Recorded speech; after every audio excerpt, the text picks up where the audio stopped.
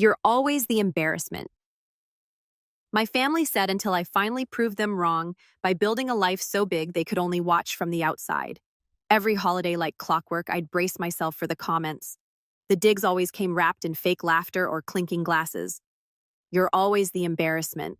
My dad would chuckle, nudging my brother as if I were a running joke only they got. My mom would just silent say, "At least try not to say anything weird this year." Okay, and every time I'd nod, smile tightly, and go help set the table or grab chairs from the garage like a good background character in my own life. I'm Eli, 32, and for most of my adult life, I played the role they assigned to me. The quiet, odd one, the one who didn't climb the corporate ladder like my brother Daniel, or gush about baby milestones like my sister Carly, the one who wasted his 20s hopping from freelance gig to startup job to side hustle. No one understood except that hustle finally paid off. I never made a big deal about what I did. When I was building apps for small businesses, my family said it sounded like a hobby. When I started consulting for tech companies, they rolled their eyes and asked when I'd get a real job. Even when I launched a SaaS product that took off during the pandemic, they laughed when I said I had to hire someone. Hire? You mean like a friend to help you with your website? Daniel snorted over Thanksgiving dinner while Dad carved the turkey like he was auditioning for a cooking show. So I stopped talking about work altogether. It wasn't worth the effort. No matter what I did, I was the punchline, the disappointment, the embarrassment. The final straw wasn't even dramatic. It was Carly's birthday last year, her 35th, and Mom rented out a vineyard for the family. There were catered hors d'oeuvres, a live acoustic guitarist, and a slideshow of Carly's best moments, which included 5 baby photos, her high school graduation, and a picture of her holding up her first tax return. At some point during the speeches, Daniel raised his glass and said, "Here's to Carly, proof that being responsible pays off." Everyone laughed. My Aunt Cheryl actually clapped. Then Mom chimed in, "And here's to Eli for keeping us guessing." Another round of laughter. My wine glass shook in my hand. That night, I stayed late to help clean up, not because they deserved it, but because the catering staff looked exhausted and overwhelmed. As I carried folding chairs back to the van, Daniel passed me with a smirk. "Always the help, huh?" he said under his breath, loud enough for me to hear, but soft enough for deniability. I didn't say anything. I just finished up and drove home in silence. But that silence didn't mean defeat. It meant planning. I've been saving up quietly for years. Tech income can be volatile, but I'd made smart moves, invested, scaled back when needed, automated what I could. And earlier that spring, I'd closed on a modern 3-bedroom home tucked away in a gated hillside neighborhood. Floor-to-ceiling windows, smart everything, and a backyard that made realtors gasp. It was my dream house, and no one in my family knew about it. Not because I was hiding it, but because not a single person had ever asked what was going on in my life. I signed the papers, unpacked my boxes, and then did something I'd never done before. I celebrated myself. I planned a housewarming party like it was a red carpet event. I sent personalized invites to my closest friends, some old clients who'd become dear to me, and a few colleagues who'd supported me through rough patches. No family, not a single one. I told them I was busy that weekend when someone tried to set up a brunch. I made the event private on Facebook, but not invisible. That part was intentional. The night of the party was perfect. The string lights glowed over the patio, the catered food smelled incredible, and laughter echoed through the halls of a house filled with people who actually saw me not as a side note, but as someone worth celebrating. We had music, speeches, even a little impromptu karaoke near the fire. I took pictures with everyone posed with the champagne tower, and at the insistence of my old business mentor, even gave a short thank you speech. My friend Julie posted a photo of me on the balcony, arms raised, city lights in the background with the caption, "From outcast to empire builder, so proud of you, Eli." That post, that's what started the chaos. I woke up the next morning to a dozen missed calls, 7 from my mom, 3 from Daniel, 1 from Carly, and 1 from a random number that turned out to be Aunt Cheryl. My Facebook notifications had exploded. My profile, which I barely used, had been tagged in photo stories and even a video someone took of the moment I cut the ribbon across the front door with giant novelty scissors. I didn't post any of it, but I didn't hide it either. The comment section was glorious. "Wait, Eli, this house is stunning. When did this happen? You deserve this. Congrats. OMG, I'm crying, so proud of you." And then buried in the mix, "Why weren't we invited?" from my cousin Jenna. "Your family should have been there. This is so hurtful," from Carly. A passive-aggressive, "I guess some people forget who raised them," from Mom. Even Daniel commented, "Guess that fake job worked out, huh?" Could have told us. I didn't respond, not to the comments, not to the voicemails, not to the long paragraph text my mom sent saying I'd embarrassed the family by making them look like strangers. That word embarrassed. I stared at it for a long time, then I deleted the message. But that wasn't the end, because 2 days later, Daniel showed up at my gate, buzzing in like we were friends. I didn't answer the gate call right away. I stood at the kitchen island, coffee in hand, watching his face through the video intercom.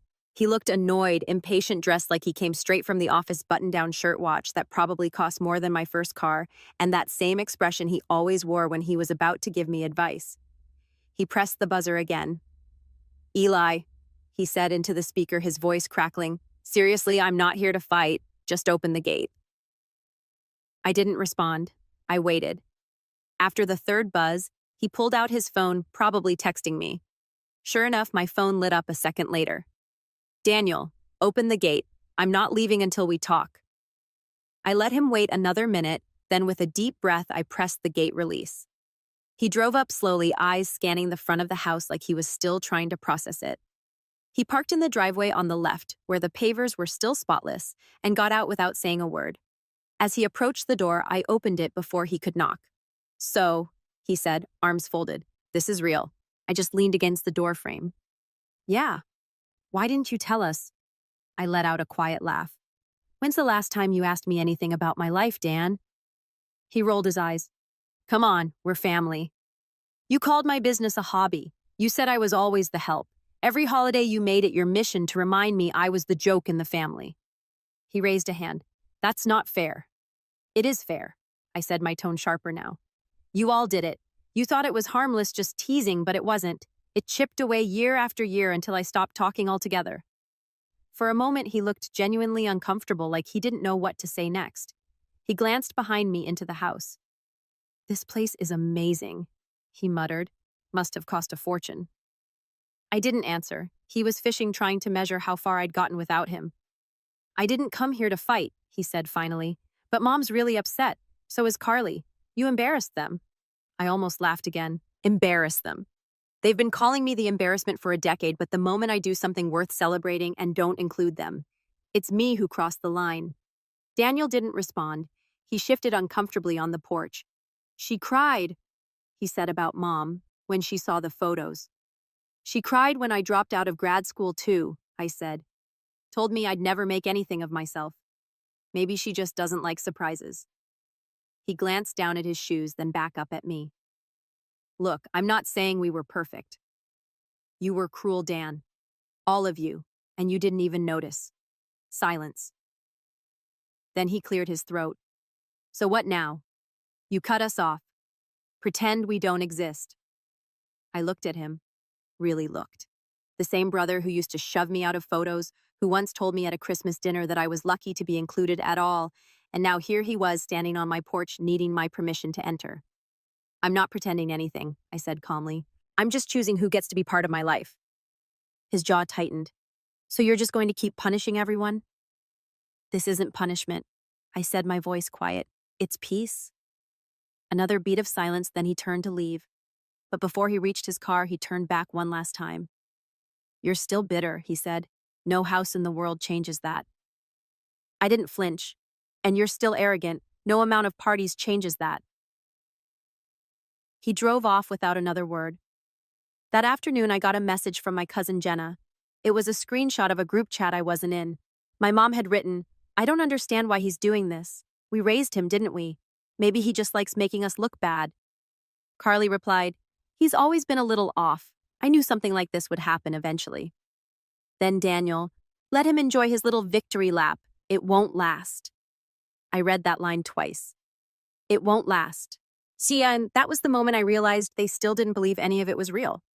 They thought it was a fluke, a phase. They couldn't see me as successful because that would mean admitting they were wrong about me for years. So I made a decision not to retaliate, not to argue, but to keep going quietly, deliberately, and to make sure they watched every step.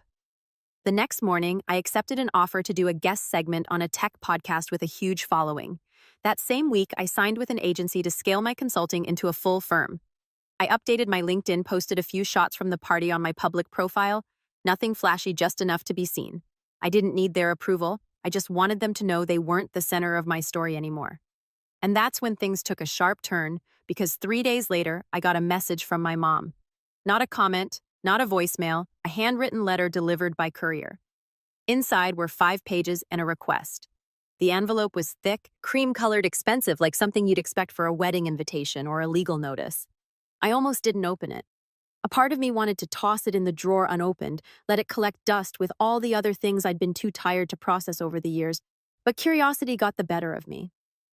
Inside were 5 handwritten pages on lined paper, the kind my mom always kept around the house in stacks. Her handwriting hadn't changed since I was a kid, looped letters neat with a heavy underline on every word she thought was important. The first page started without a greeting, just, "I don't even know where to begin." I leaned back in my chair, phone on silent, coffee forgotten. She went on to say how hurt she was, how confused, how shocked she was to find out I had moved into such a nice home and didn't think to share that with my family. She wrote that she'd seen the Facebook photos, the comments from strangers congratulating me like they were the ones who raised me. She said it felt like being erased. By page 2, the letter turned subtly at first. "You always had a flair for drama, Eli, even as a kid. Remember, you used to hide in your room for hours if someone teased you, even if it was just a joke. We're family. Families poke fun sometimes. That's how we keep each other grounded." I felt my chest tighten. This wasn't an apology. This was a rewrite, a soft rebranding of years of put-downs into loving sarcasm. A passive framing of cruelty as just teasing of exclusion as tough love, and every line carried the same unspoken message: this is your fault for being sensitive. Page 3 was a list of misunderstandings. How Daniel didn't mean it when he said I'd never succeed, how Carly had always admired my independence, how Dad was just old-fashioned and didn't understand modern careers. She underlined that word, old-fashioned. By page 4, she was making requests. "Let's put all this behind us. Why not host another get-together? We can make it a family thing this time. Everyone's willing to try if you are." Then she dropped the real reason behind the letter. "Your cousin Jenna mentioned something about your company growing. That's wonderful. Maybe we could all sit down sometime and talk about how to support each other financially or otherwise. You've always been good with money, and there are a few things we've been struggling with that maybe you could help us navigate." I stopped reading. The rest of the letter sat heavy in my lap, but I didn't need to see the last lines. I already knew what they would say, some variation of "we miss you, you're still part of this family," and maybe even "please respond soon." I stood up, walked to the window, and looked out over the patio. The lanterns from the party were still hanging, swaying lightly in the breeze. The champagne glasses were gone, but the energy remained, the memory of laughter, of people cheering me, not tolerating me. And I realized something. This wasn't about reconciliation. It wasn't about love. It was about control. For the first time in their lives, they didn't get to decide how I showed up. I wasn't Eli, the helper, Eli, the weird one, Eli, the embarrassment. I was Eli, the man who made it without them, and they hated it. I sat back down and stared at the envelope. There was one more page. I forced myself to read it. "We'd like to come by and see the house. Maybe bring a bottle of wine, take a few photos. Show everyone how proud we are. I think it would mean a lot to your father." I could feel my jaw clench. Not "mean a lot to me," not "let's talk," just "let's take photos. Let's show people. Let's prove we're proud now that it's convenient." That night, I didn't reply. Instead, I took the letter, scanned it, and saved a copy. Then I lit a fire in the pit out back, poured myself a drink, and watched the pages curl and vanish into flame. 2 days later, Carly tagged me in a post, a family dinner, all smiles, a caption that read, "Some people forget where they came from, but we still know what real love looks like." The comments under it were something else. Aunt Cheryl commented, "Family first always." Daniel commented, "No room for egos here, just real connection." Mom commented, "Amen to that." And then, buried under the pile, a comment from someone I hadn't talked to since high school. "Wait, didn't Eli just have a party last week? Didn't see any of you there." That comment, it disappeared within minutes. I didn't reply, I didn't repost, I just watched, because the moment was coming, a very specific, very public moment, and I was going to make sure they all saw it. I didn't respond to the Facebook post, I didn't message anyone. I just let them stew in the illusion they were trying to construct, that nothing had changed, that they were still the center of my life, still the axis I quietly orbited around. But behind the scenes, I got to work. A month before, I'd been approached by a local magazine that featured up-and-coming entrepreneurs in the area. They wanted to do a profile on me, my tech company, my work with small businesses, my story. I'd originally turned it down, not wanting the attention, but now I called the editor back. We scheduled the interview for the following week. I didn't dress up or script the speech. I just spoke plainly. Told them about the years of freelancing, the long nights building something from nothing, the struggles with being underestimated by people who thought success only looked one way. I left out the family drama, but it was there between the lines, threaded through my tone, my silences, the words I didn't say. The piece ran under the headline, "From Failure to Founder, How One Local Underdog Quietly Built a Seven-Figure Company." It featured a photo of me on the balcony of my home city lights. Behind me, the caption reading, "Eli Grant, 32, says he never fit in and finally stopped trying." I posted the article on my LinkedIn, tagged the magazine, and let it spread. The response was immediate. Clients reached out, recruiters sent emails, old classmates messaged, "Congratulations." Even one of my college professors left a comment, "I knew you had it in you, Eli. Your capstone project was years ahead of its time." But the real reward that came 3 days later. I got a message from my dad, short, cold, predictable. "Saw the article, nice place. Would have been good if you included us. Let me know when we can come see the house." I didn't respond. The next day, my mother called twice, then a third time. I let it ring. Then Carly texted, "Can we talk, just us?" That one I answered. I agreed to meet her at a coffee shop near my old neighborhood, Neutral Territory. She was already sitting when I arrived, a latte in front of her, stirring it in slow circles like she was waiting for courage to dissolve in the foam. "Hey," she said. I sat down across from her. "Hey." For a few moments, we didn't speak. Then she exhaled hard and said, "Look, I know we've been awful. I won't pretend otherwise. We didn't take you seriously, and that wasn't fair." I nodded once, let her keep going. I think a lot of it was jealousy and maybe fear too. You didn't follow the script. You didn't go to grad school or get married or have the kind of life people post about. And when it started working for you anyway, it scared people. That surprised me, the honesty in it. "But Eli," she continued, "shutting us out, the party, the photos, the interviews, you made us look like strangers." I leaned forward. "That's because you are. You became strangers to me years ago. I just didn't have the words or the confidence to say it. Every time you laughed at me or left me out or made me feel like the family mascot instead of a member, you drove a wedge deeper." She looked down, her jaw clenched. "So is that it? We're just cut off?"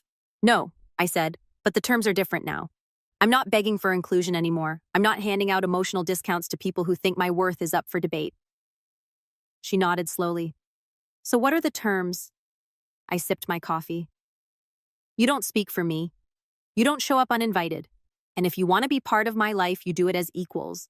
Without jokes at my expense, without snide comments, without asking for favors disguised as reconnection." Her eyes watered, but she didn't argue. "Okay," she whispered. "I hear you." We talked for another 20 minutes. It wasn't warm, but it was real, and that was more than I'd had in years. She didn't ask for money. She didn't ask to see the house. She just asked, "Can I try to do better?" And I said yes, but I meant, "We'll see." The fallout came 2 weeks later. My father tried to organize a family dinner at a restaurant, just the 5 of us. I declined the invitation politely, firmly. I told them I was busy with work, which was true. I'd just been invited to speak at a tech conference in Vancouver and was prepping my slides. The next day, Daniel called. He left a voicemail I saved. "You think you're better than us now just because you got lucky? You're still the same awkward loser you always were. Money doesn't buy respect, Eli. It just buys walls." He was right about one thing. I was the same in many ways. Still quiet, still introspective, still a little awkward. But I wasn't weak anymore. I didn't need their validation like oxygen. That weekend, I hosted another party. Not a huge one, just a private dinner for a few close friends, mentors, and one very specific guest, Carly. She showed up with a bottle of wine and a nervous smile. I welcomed her in, gave her a tour, and watched her eyes widen at every room. She kept saying, "You really did this. You really made it." And I finally let myself smile without bitterness. "Yeah," I said, "I did." She was different that night, quieter, more thoughtful. I caught her lingering in my home office, staring at the whiteboard covered in notes at the plaques and framed articles. "You know," she said as we cleared plates later, "I think this is the first time I've ever seen you as the main character." I laughed softly. "That's because it's the first time I stopped asking for permission." By the end of the night, she hugged me, not the stiff performative hug I was used to, but something warmer, something real. And when she left, I didn't feel drained. I felt lighter. That night, I opened my inbox 3 more emails from mom, 1 from dad, all ignored. Then 1 from a podcast producer who wanted to feature me in an episode titled, The Power of Being Underestimated. I accepted. When the episode dropped, I included a line near the end that I hadn't planned. I said, "Sometimes the best revenge isn't proving people wrong. It's building a life so right that their opinions become irrelevant. Not because you've erased them, but because you've outgrown them." I didn't say their names, I didn't have to. They heard it anyway. And for the first time in my life, I didn't feel like the embarrassment.